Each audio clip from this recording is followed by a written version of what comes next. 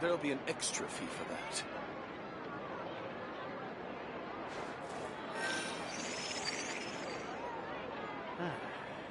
I'll think about it.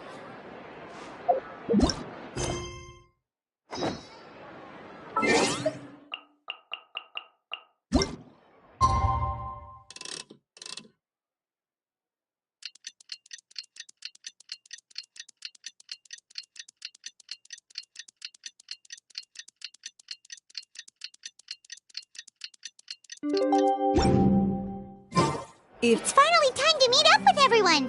Paimon even dreamt of making the film last night. If Paimon remembers right, we're meeting at Hotel de Boer. Let's get going!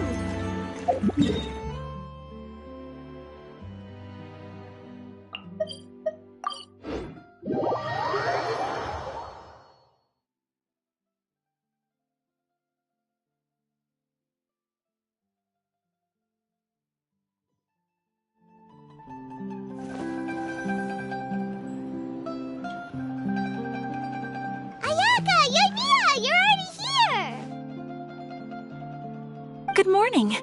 Xavier said yesterday afternoon went well. Yeah, and how about you, Ayaka? What were you up to yesterday? After we split up, Ayato went to see Udex Nervillette at the Palais Mermonia. I was originally thinking of going with him, but he said he could manage it himself. He told me to go see the sights around Fontaine and to enjoy the local culture.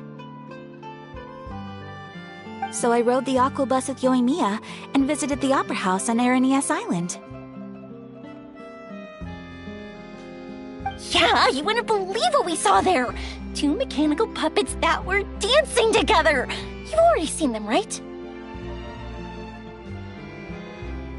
Yeah, those two! Amazing, aren't they? We sat and watched for quite a while. It was mesmerizing, like we could keep watching them forever. Oh, it was the same for us the first time we saw them too! Afterwards, we went swimming at the beach! Well, diving to be exact. It was the first time I ever breathed underwater! I held Ayaka's hand and we counted down together. 3, 2, 1, and then splash! We were beneath the waves.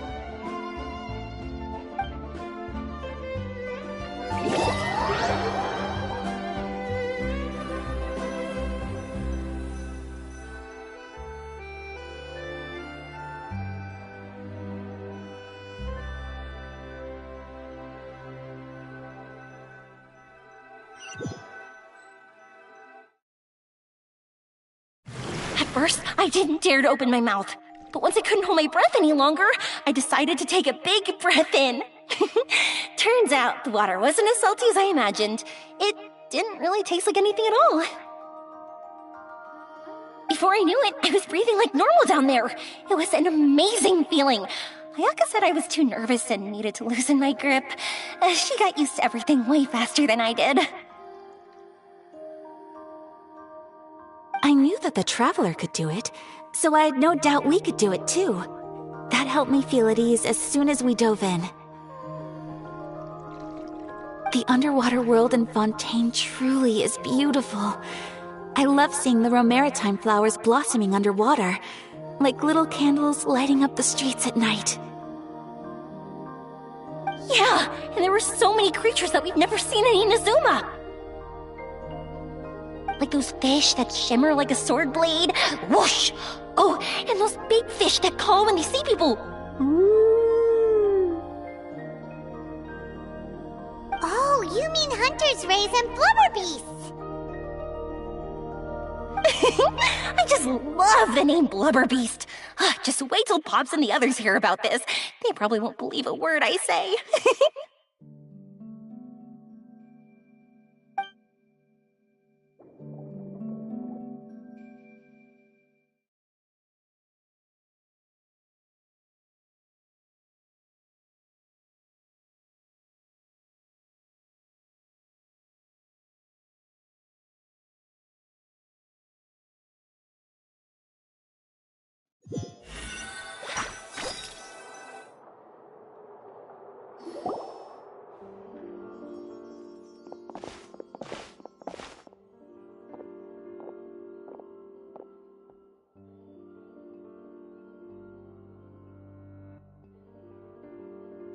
Yeah, even I was worried that I wouldn't be able to get up.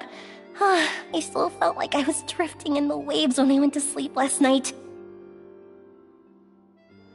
But as soon as I woke up today, I remembered that we'd all be shooting a film together, and I was ready to go. Speaking of the film, where's everybody else? My brother and Xavier were speaking to the restaurant owner about using the place as a filming location. They should be here soon. As for the others, We're here.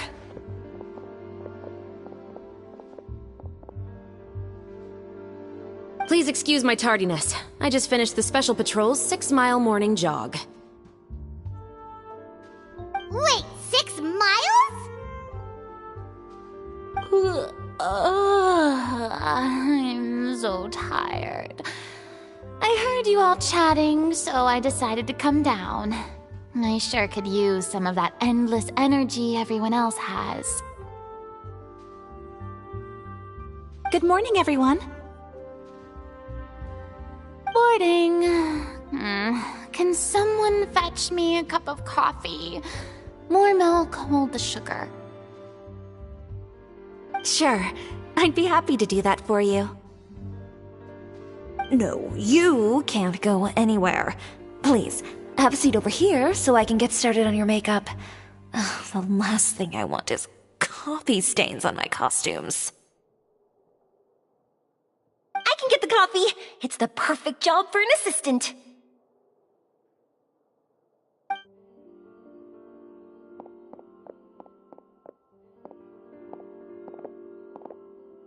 So much energy. Seriously, what's her secret? Oh, Yoimiya's always like that. But you sure look exhausted, Farina. It's because you're not used to waking up so early, huh? Of course not. I spent the whole night reading the novel from cover to cover, marking sections that either need to be omitted or adapted. Wow, Paimon didn't expect you to be so thorough. Well, I was the biggest star in Olifontaine after all. It takes more than just a pretty face to earn a reputation like that. I know how to get serious when the situation calls for it. I went all out when I was acting as an Archon, so why wouldn't I do the same for my own life? Here's your coffee, Director Farina.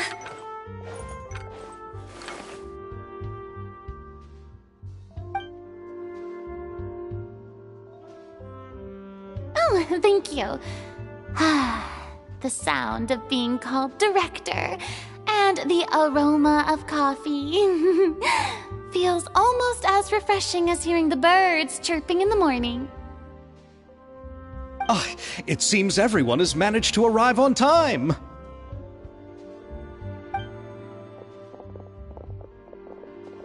We've reached an agreement with the restaurant owner. We are free to use the second floor to shoot our film. Really? That's great! He is really looking forward to our film, and hopes that providing his restaurant as a filming location will attract more customers. Well then, Mr. Xavier, I'll leave the rest to you. Okay, thanks! First, I'd like to introduce our new members. This is our prop manager, Veronique. She'll be in charge of all the film's props and items. And this is Bonneau, our lighting technician. He'll be in charge of lighting and illumination to set up each scene's atmosphere. Wow, sure feels like we have some real professionals joining the crew now. First of all, please allow me to first express my sincerest gratitude to everyone in the crew. When my investor informed me yesterday that he wouldn't be able to provide the funds, I really thought that this was the nail in the coffin for this film. I had no idea that I'd find so many people willing to help me on such short notice. Thank you. Thank you all from the bottom of my heart. No need need to be so cordial, Mr. Xavier. We're all honored to be a part of this. Your works made a profound impression on me when I saw them back in Inazuma. I am sure that someday, this film will be remembered as a prime example of cultural exchange between Fontaine and Inazuma. Yes, the story is the reason I agreed to join. I can't bear to even imagine what this film would look like without the very best director. Anyway, I would like to make a promise to everyone that as the producer of this film, I'll do whatever I can to ensure that everything goes as smoothly as possible. This is not just my film. It also embodies the thoughts and feelings of every person here, as well as the endless effort we are about to pour into it. So, without further ado, The Two Musketeers will officially begin filming now!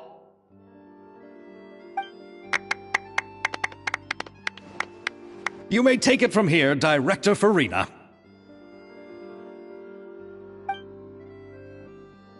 All right, listen up, everyone.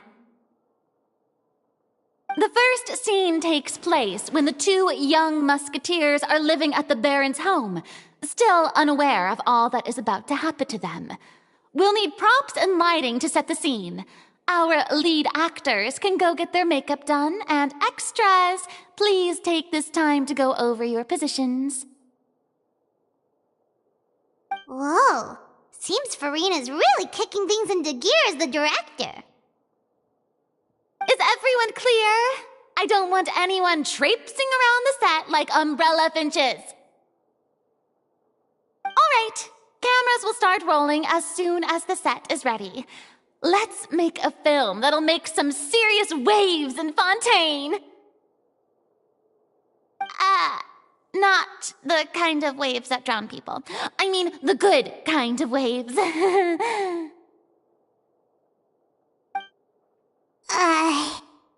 like she's still a bit traumatized by that. Anyway, let's go see if there's anything we can do to help.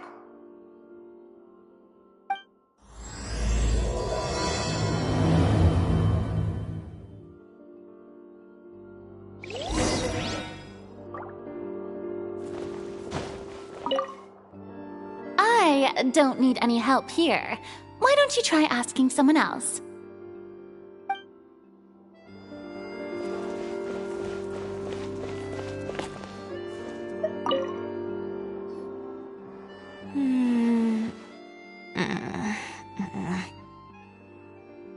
Ayaka has mentioned you to me before. She said that you two were great friends when you were kids. No talking. I'm thinking about how to do your eyeshadow. Ah, yes. To help me really look the part. To achieve a more young and naive look for this scene. Are you saying the wrinkles around my eyes are too deep? You just have too much of a calculating look in your eyes. You sure don't mince your words. It seems you really haven't changed much. Quiet.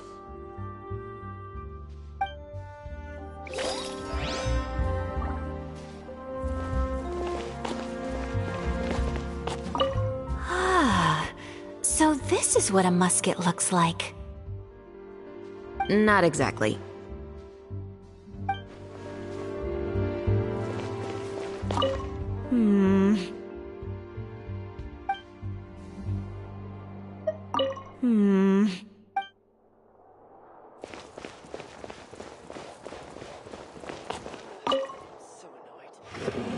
How about here? A little more to the left. You got it. Hey, Yoimiya, do you need a hand? No, I'm fine. You know, doing the lighting is kind of like designing a fireworks show. It's interesting to imagine what kind of atmosphere the lights will create. I heard that the Traveler will be operating the camera and Paimon will be the clapper loader, right? Those roles are just perfect for the two of you. Really? Is that because it'll be easy for Paimon to hold the clapperboard while flying? Well, sure, there's that, but that's not exactly what I meant. I just think that after all your journeys together, you two must have developed a super close bond and just naturally know how to work with each other. If I'm not mistaken, the director will want the cameras rolling as soon as the clapperboard goes clack. Oh, I see! It's amazing to see the magic behind filmmaking. Yumiya, we need lights over there too. Oh, on it! I've got to get back to work. Chat with you later. Oh, it's exciting to see so many people working together to bring the film to life.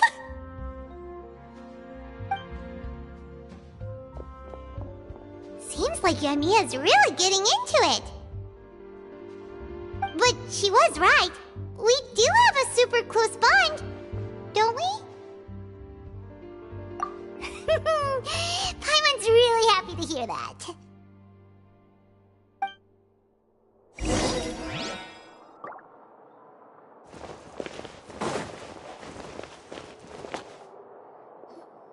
So, this is a real musket? No, it's just a prop weapon.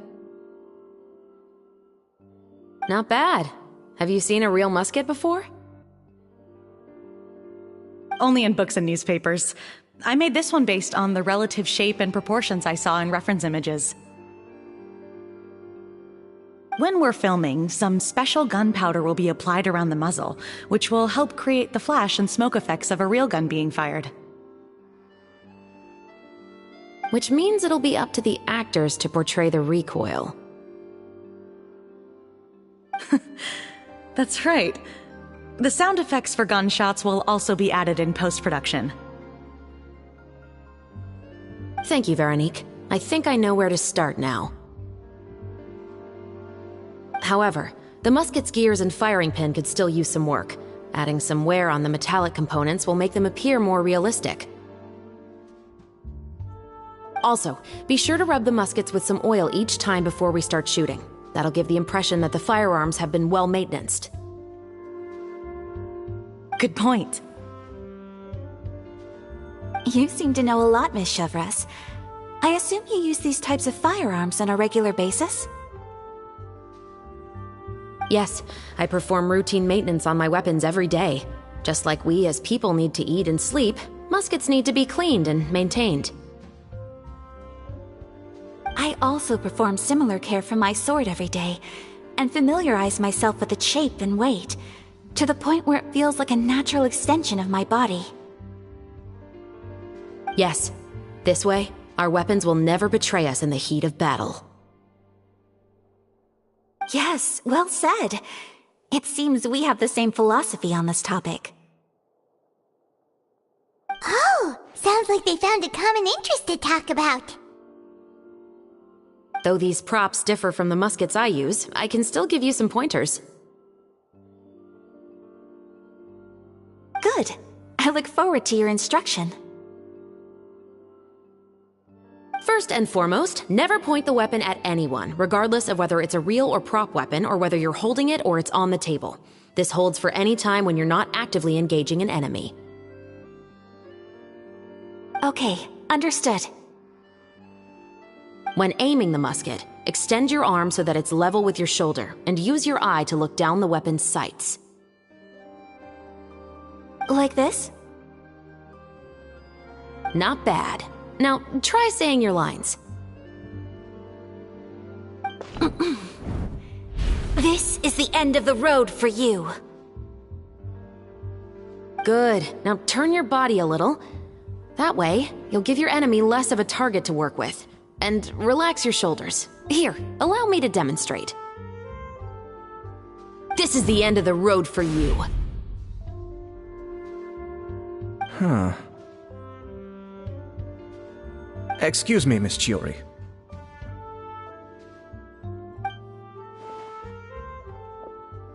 Director Farina, there's something I wish to discuss with you. Oh? What is it? Like this? Yes, much better. What do you think? I do see your point. But are you sure you wish to do this? I believe it would be most fitting. Well, if you insist. All right, I understand. Miss Ayaka, Miss Chevres, could the two of you please come over here? Huh? What's going on? Are we gonna start filming now? Let's go see.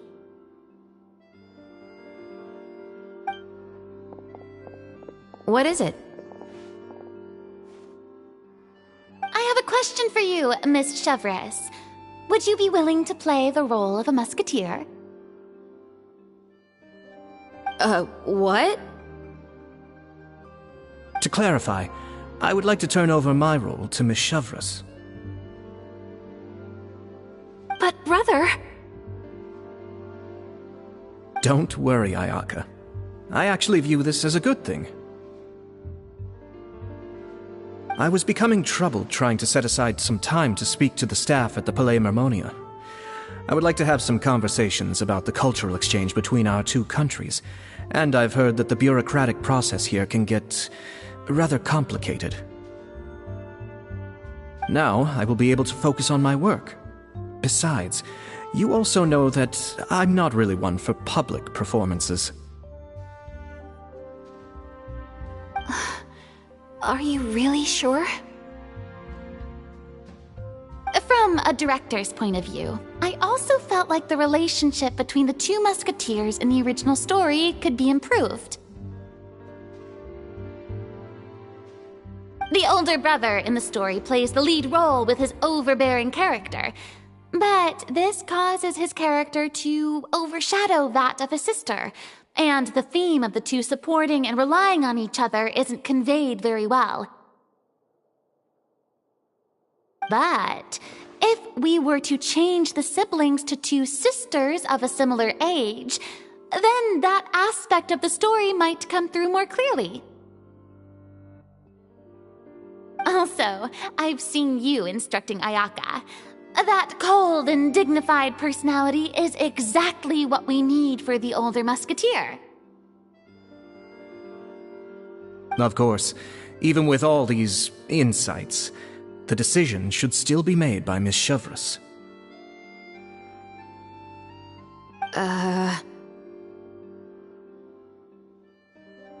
Chevres mentioned that she really likes the story, right? Paimon bets that she'll take the role.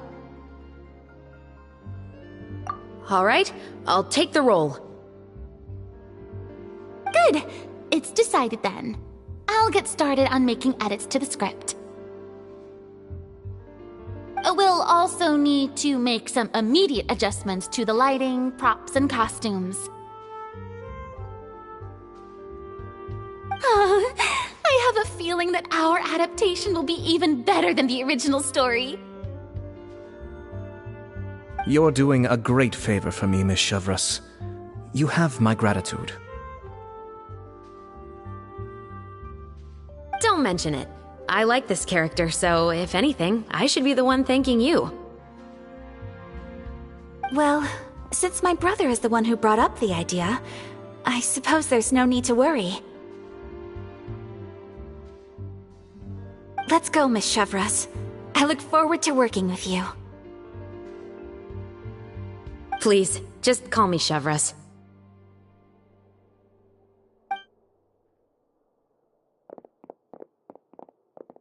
Seems like you're really going out of your way to solve the problem I was having with your makeup. Surely you jest, Chiori. I assure you that I was mostly motivated by a desire to spend more time on formal business. Oh, come on. You really think I'd buy that? According to what I've heard from Ayaka, her brother is someone who can juggle 10 different matters at the same time. I'm sure you have other reasons for backing out. Perhaps. Ayaka always said she wanted to go out and see more of the world, just like the Traveler. But I feel that she needs not only to see other nations, but also to make some different kinds of friends. I think it would be harder for her to make new connections with me constantly by her side. I would like to give her some space. Alright, go on. Spoil her some more. Ayato! It's too bad you're stepping down from the role. Paimon really wanted to see you act as a musketeer. No need to poke fun at me. I'd wager that you also felt that I wasn't the best candidate for the role. It's a little hard for Paimon to imagine you saying those lines. Yes, I've made an appointment to meet some people from the Palais Mermonia. Now, I will have some more time to prepare. Traveler, get the camera ready! Paimon, get the clapperboard! Actors, to your positions! We're about to start shooting the first scene. Go on now. And please take good care of Ayaka. Yep, don't worry! Thank you. I look forward to seeing the film when it's finished.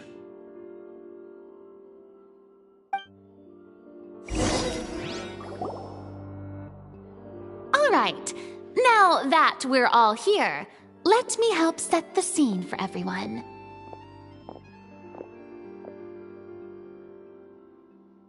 The first scene takes place when our two main characters are still living at the Baron's estate. They've been ostracized and verbally abused by others in the household, but they still have no idea why. We want to capture how naive and innocent they are, despite their pain. Chevris will be playing the role of the older sister, Tulip, and Ayaka will be the younger sister, Iris. Be sure to get close-ups of the main characters at the right moment. Silence on the set! Lights, camera, action! Let's go! Tulip, Mother's been out for quite a while now. Perhaps she went to pick some flowers on the way home. You know how she loves flowers. Iris, Tulip, I'm home! Mother! You were out for so long, we were beginning to worry about you.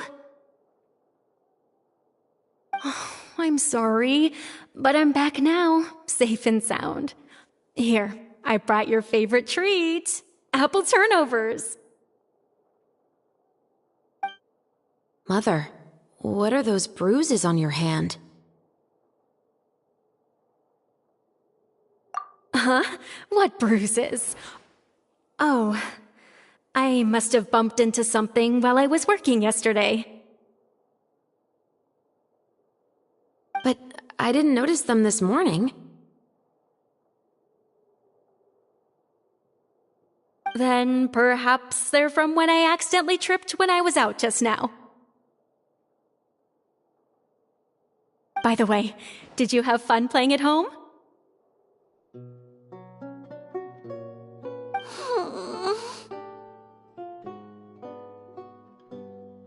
What's the matter, Iris? Well, we've realized that no one really wants to play with us. They even took Iris's doll and spat at us.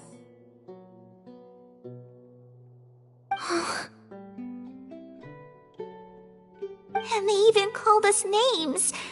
They said we were... Shh! It's all right, don't worry. Girls, listen to me. doesn't matter what anyone says. Don't listen to them. No one can define you with such words. You both have wonderful lives ahead of you. Just like your names. You will both blossom like beautiful flowers.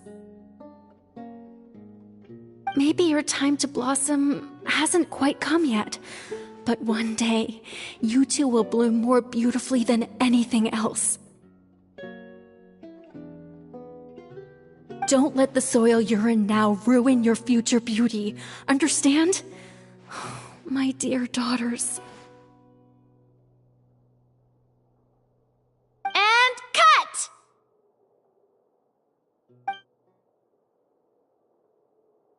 Not bad. The actors' emotions were all on point. Let's keep that take. Also, if our clapper loader could avoid shouting at the start of the scene next time. Oh, got it. Great.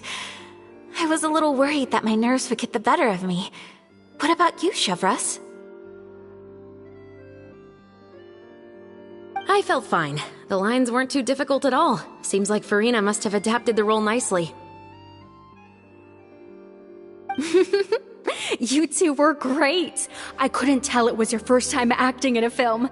You should have more confidence. Thank you for your encouragement.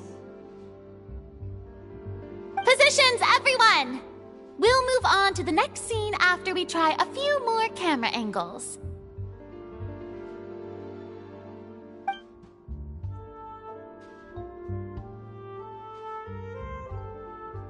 This scene is when our two characters return home, only to discover their mother has been murdered. Ready? Lights! Camera! Action!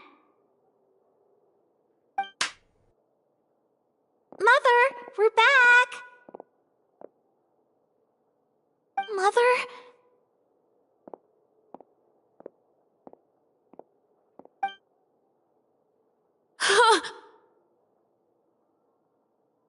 What's wrong, Tulip? Iris, stay away! Huh? Why? What's... Mother!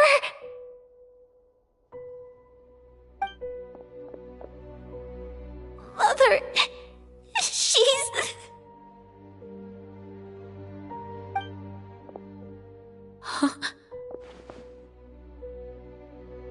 There's poison in this cup. Huh? I could have sworn I've seen this kind of cup before. Those aristocrats. They didn't even try to cover up their actions.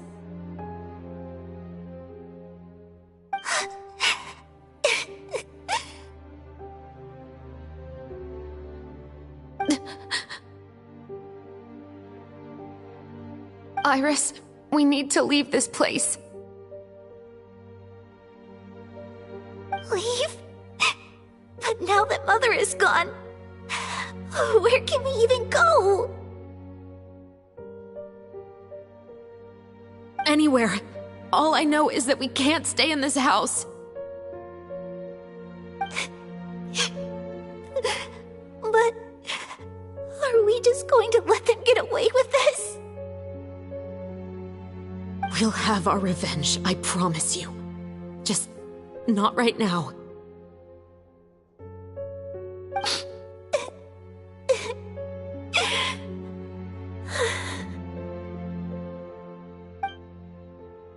Come on, let's go. No, wait. We can't just leave Mother here like this. At least let me leave this rose with her.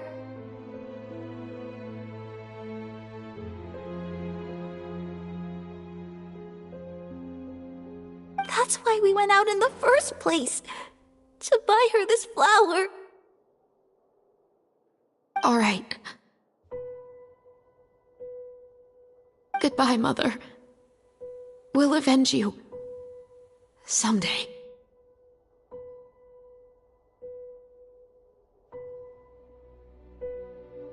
And cut! Beautiful! Great performance! Oh my, you're so amazing, Ayaka! And were those real tears I saw? How did you do it? I was surprised too.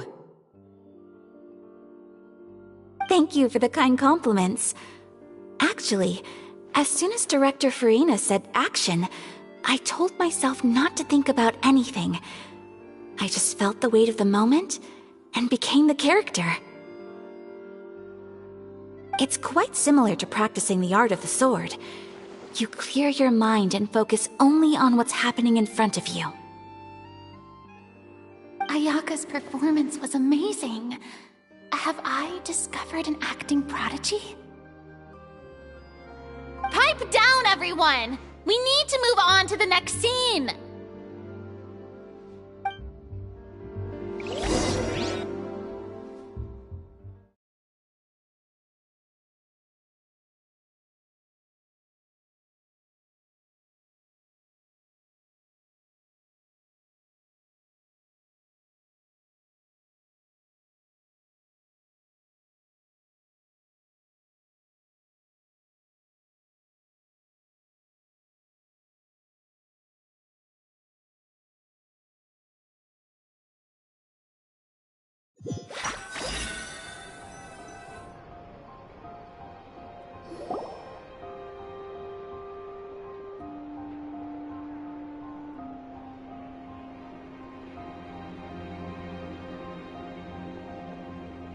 Huh?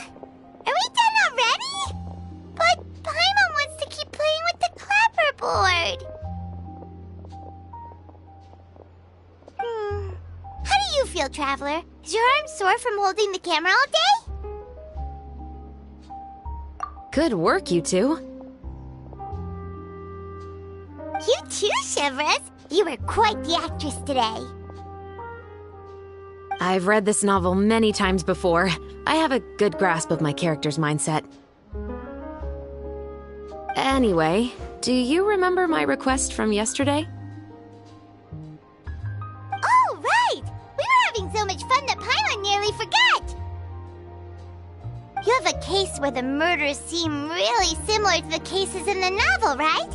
So, how are they similar exactly?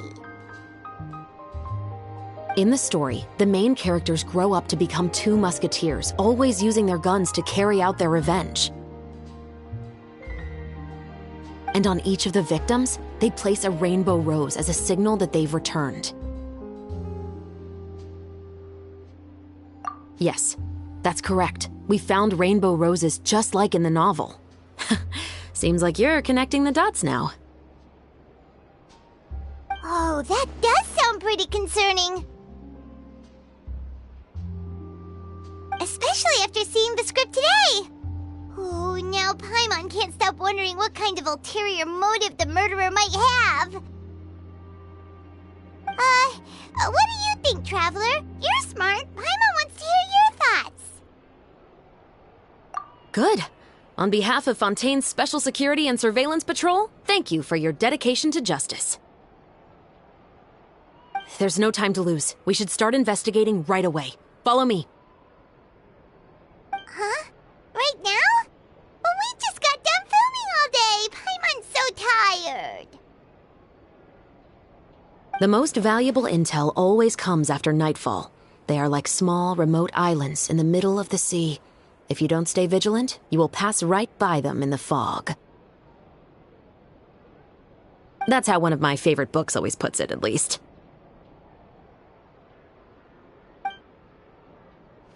So, where are we going right now? Let's start by checking out some workshops that sell mechanical components. If the culprit is making their own weapons, it's very likely that they'll visit those sort of places.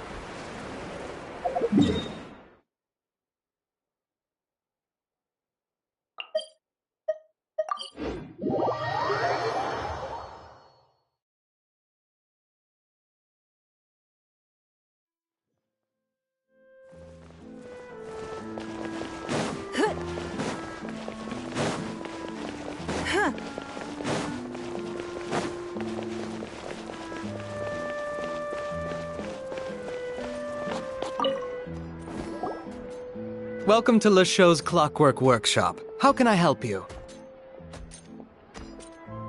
Hello. I'd like to know if anyone has purchased some special components lately.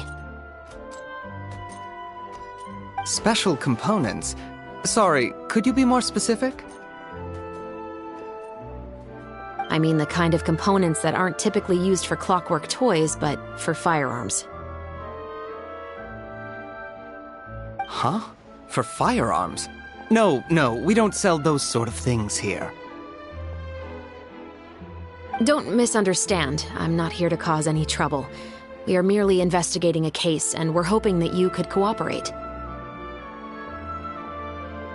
Well, to be completely honest, I'm not even sure what kind of components that would entail.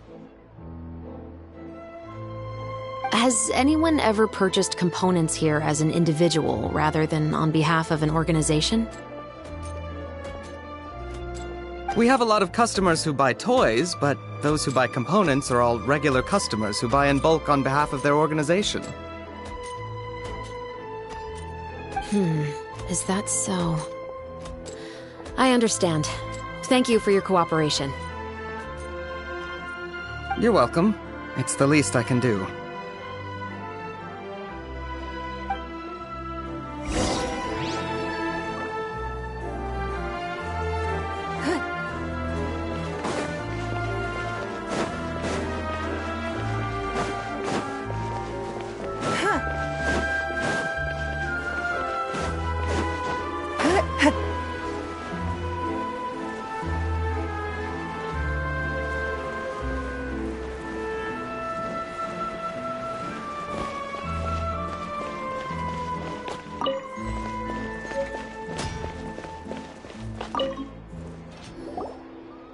Oh, hey, Chevris.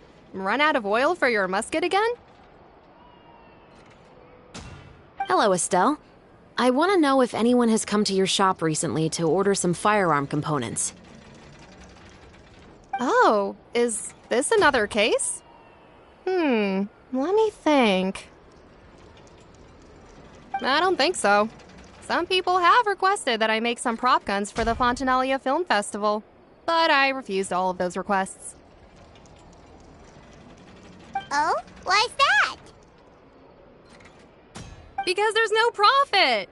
I only make things here that can do some real heavy lifting. I don't have the energy to make some new molds just for the festival. Then has anybody come specifically looking for mechanical components? Well, I usually sell off my scrap to the Fleuve Cendre. I don't typically give them to one specific person. I understand. Thanks for your cooperation. Don't mention it.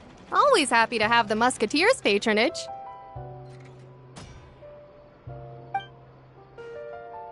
Seems like we haven't found any leads to go off yet. Yeah, unfortunately. All right. Let's head to Fleuve Cendre next. Huh? Are you sure? People might not be so thrilled to see the captain of the special patrol there. You think so, huh? Then I guess you don't know. Huh? Know what? That I grew up in Fleuve Cendre.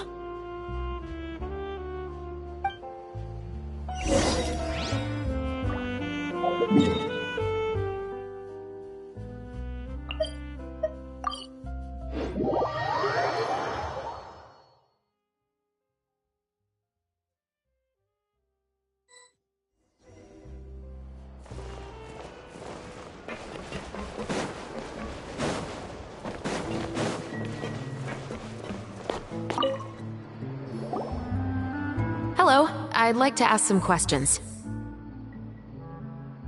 I don't know anything. Don't worry, I'm not here to arrest anybody. You say that now. It's the truth.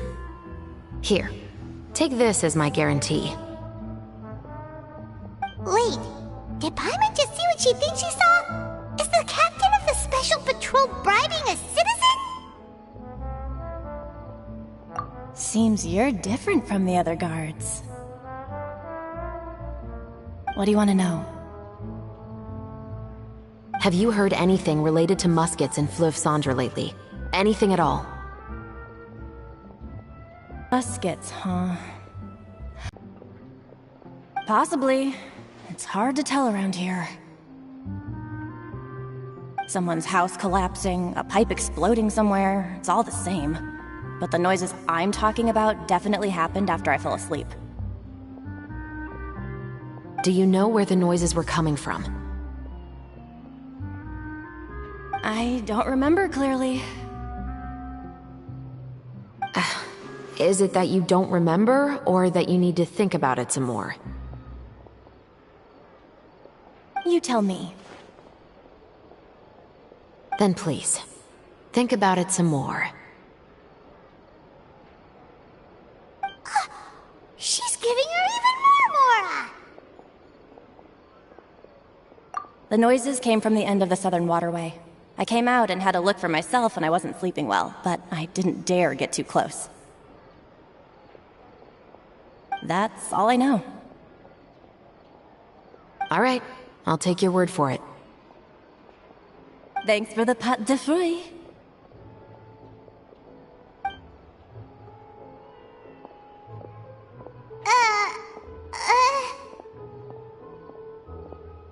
No need to be surprised. I grew up here, remember? I know how to get people around here to talk. Seems you catch on pretty quick. Now then, let's keep going.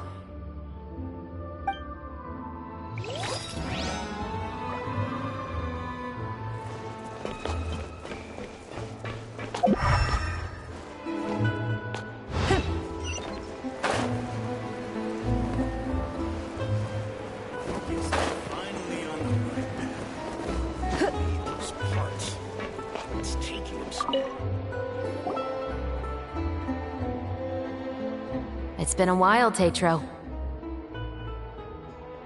Please, just get on with your request. I want to know if you've heard anybody talking about muskets lately.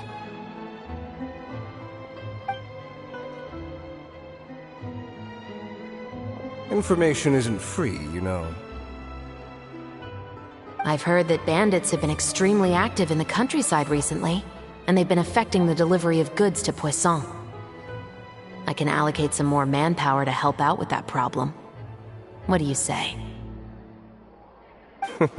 You're still as helpful as ever.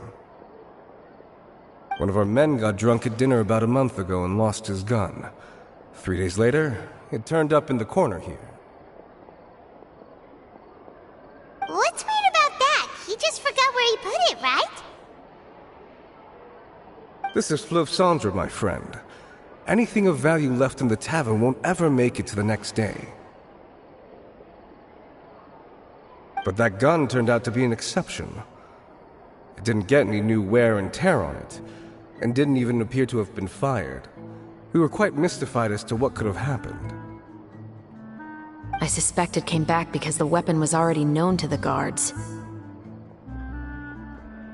You mean, a criminal was afraid the Marechaussee Phantom would use the shot marks to track them down?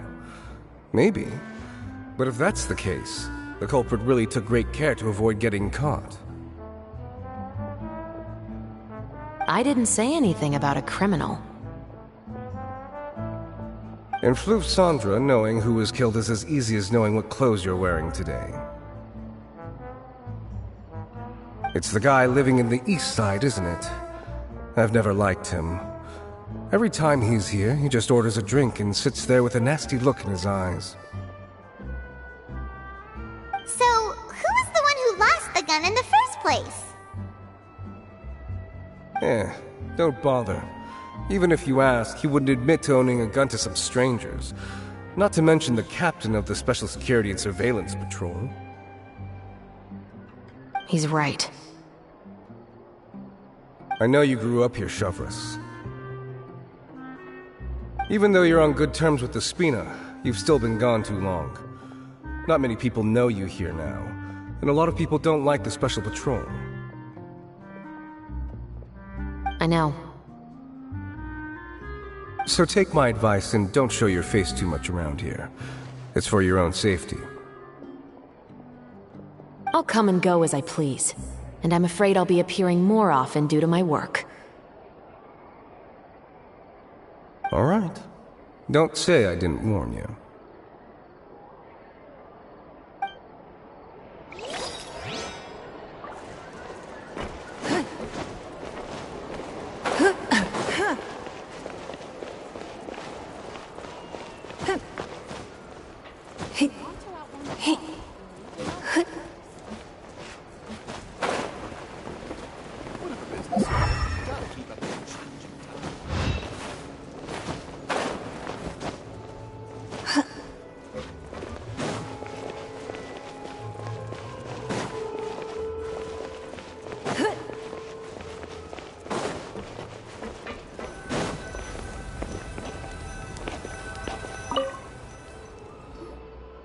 What's all this?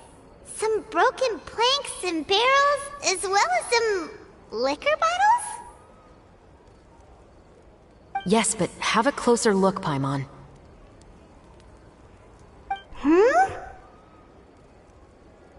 Even though somebody has purposefully tried to clean them up, these are obviously marks from musket bullets.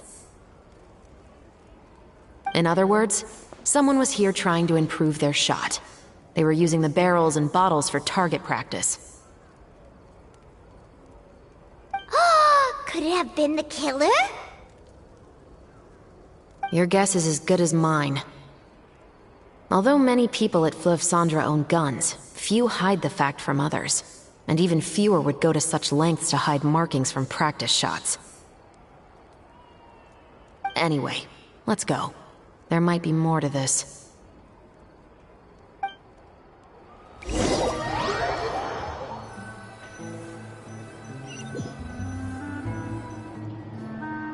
Seems like that's all we'll be able to uncover for today. Paimon feels like we managed to learn a lot more here than up on the surface. Yes. Assuming that everything we found is indeed connected to our suspect, then their timeline was probably something like this. A month ago, our suspect found a gun and took it home to disassemble it. Once he'd figured out its mechanics, he brought it back. In the following weeks, he used some parts to create his own makeshift musket, and took it to the Fleuve Cendres for target practice. Then, a few days ago, he found his target and carried out the murder. Once the deed was done, he left a rainbow rose on the body, just like the scene in the novel. That all makes sense to Paimon, but we're still no closer to figuring out the killer's identity! The deceased was a resident of Fleuve Cendres. It's said that he was a poor, solitary man. Yeah, that's also something I'm trying to figure out. If we are indeed following the novel, and there's a story behind the murder, then this murder should be an act of vengeance. But according to our investigation, the deceased didn't have any enemies. He was no saint, but no one's heard of a rival who hated him enough to shoot him dead, much less care to leave a rose on his body. What message is the killer trying to convey? And to whom exactly?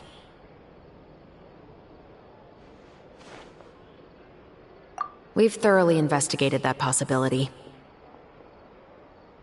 He claims to have spent the whole day at the Opera House on the day of the murder, and the staff there have confirmed his account. Okay, so he has an alibi. Not only that, he lacks a credible motive as well. He has a family of his own, and both of his parents are still alive. I've looked into his records. He was adopted at the age of 6, and all the proper procedures were followed. There are also records of him at an orphanage before then. In the story, the mother of the 2 musketeers was murdered after the children turned 10. Of course, he could have changed the children's ages, but I don't want to assume anything without evidence. More importantly, I've also had a chat with him in person. He didn't seem like the kind of person who would pull the trigger to kill a man.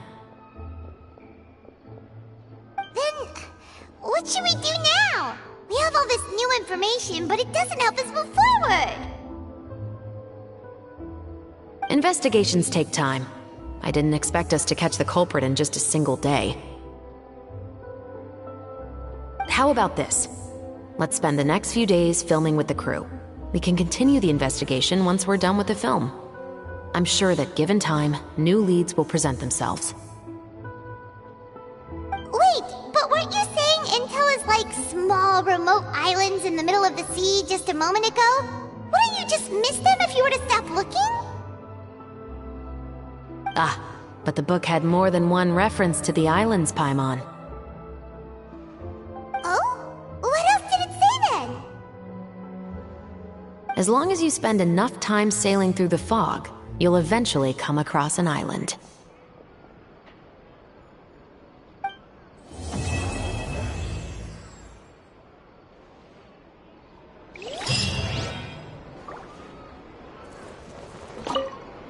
What? Never thought that the captain of the Security and Surveillance Patrol could come from the Fleuve Cendres? Honestly, I'm pretty shocked too. There used to be a time when I thought I would never be able to join the guards. But as long as you can distinguish yourself through your accomplishments and skills, you'll eventually be recognized for your worth. If you look at it another way, my life at Fleuve Cendres has actually taught me a lot of valuable skills. Skills like how to barter with criminals or how to think in their shoes. Of course, I'd appreciate it if you could keep this a secret between us.